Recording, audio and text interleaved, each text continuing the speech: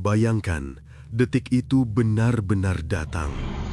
Langit yang selama ini menaungi kita tiba-tiba terbelah, bergulung bagaikan lembaran yang dilipat. Gunung-gunung yang kokoh seakan hancur menjadi debu, berterbangan tak berbekas. Lautan meluap, melahap daratan, seolah menelan seluruh kehidupan.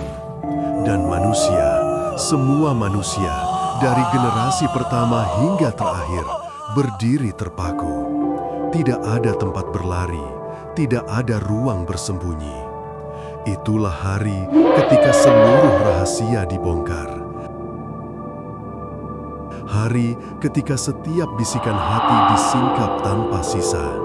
Hari ketika kekuasaan, harta, dan jabatan tak lagi berarti. Yang tersisa hanyalah amal dan keadilan Allah yang tidak pernah keliru. Itulah hari kiamat, Yaumul Qiyamah, sebuah janji pasti yang telah Allah kabarkan dan Rasulullah Shallallahu Alaihi Wasallam tegaskan. Namun kiamat bukanlah sesuatu yang datang tanpa tanda. Sejak berabad-abad lalu, Nabi Muhammad Shallallahu Alaihi Wasallam telah memperingatkan umatnya tentang pertanda yang akan membuka jalan menuju kehancuran semesta. Tanda-tanda kecil yang sebagian besar sudah terjadi, dan tanda-tanda besar yang akan datang menggetarkan jagat raya. Tanda-tanda kecil bermula dengan kerusakan moral manusia. Amanah dikhianati, kebenaran diputarbalikkan, ilmu dicabut dari para ulama, dan kebodohan menjadi hiasan. Fitnah merajalela hingga membuat manusia bingung mana yang hak dan mana yang batil. Manusia berlomba membangun gedung-gedung tinggi, namun lupa menegakkan akhlak. Kekerasan, peperangan, dan pertumpahan darah menjadi pemandangan yang seakan biasa. Harta berlimpah, tetapi keberkahan dicabut. Bahkan, tanda itu semakin jelas ketika orang-orang yang dahulu lemah justru berlomba menjadi penguasa, dan dunia hanya dipandang sebagai permainan belaka. Namun, setelah tanda-tanda kecil semakin nyata, tibalah masa yang lebih dahsyat, tanda-tanda besar. Satu demi satu peristiwa yang tak masuk akal akan hadir di depan mata manusia. Munculnya Al-Masih Ad-Dajjal, fitnah terbesar sepanjang sejarah, membawa keajaiban palsu yang menyesatkan manusia, hingga yang beriman pun diguncang imannya. Lalu turunnya Nabi Isa alaihi salam yang ditugaskan Allah untuk menghancurkan Dajjal dan menegakkan kebenaran.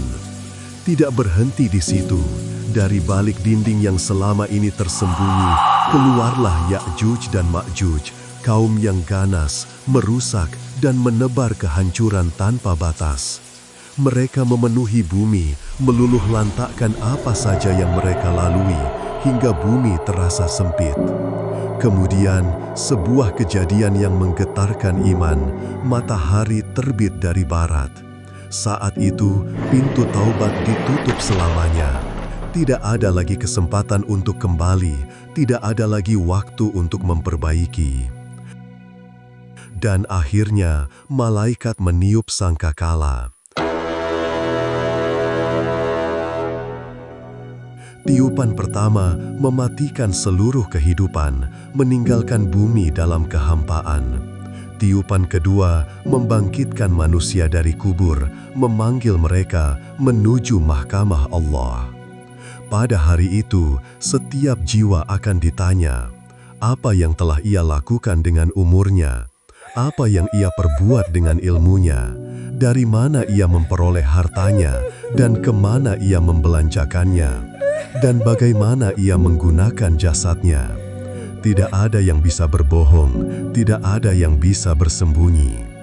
Inilah puncak segala perhitungan, hari yang menentukan apakah manusia menuju surga yang penuh kenikmatan atau neraka yang penuh penyesalan.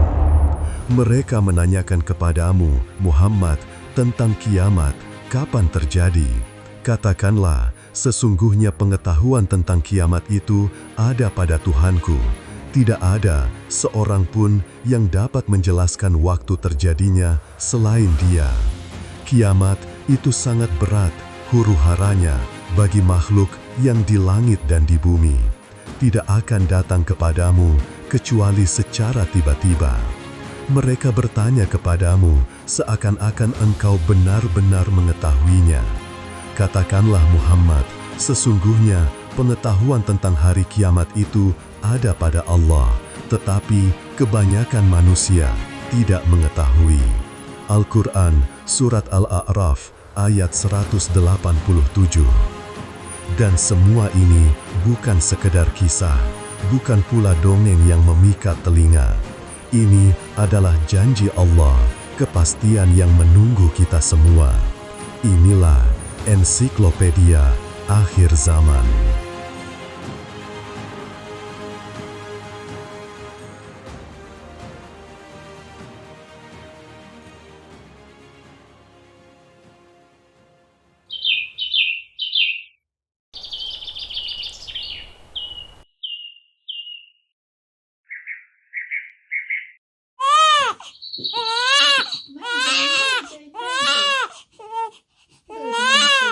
Mãe,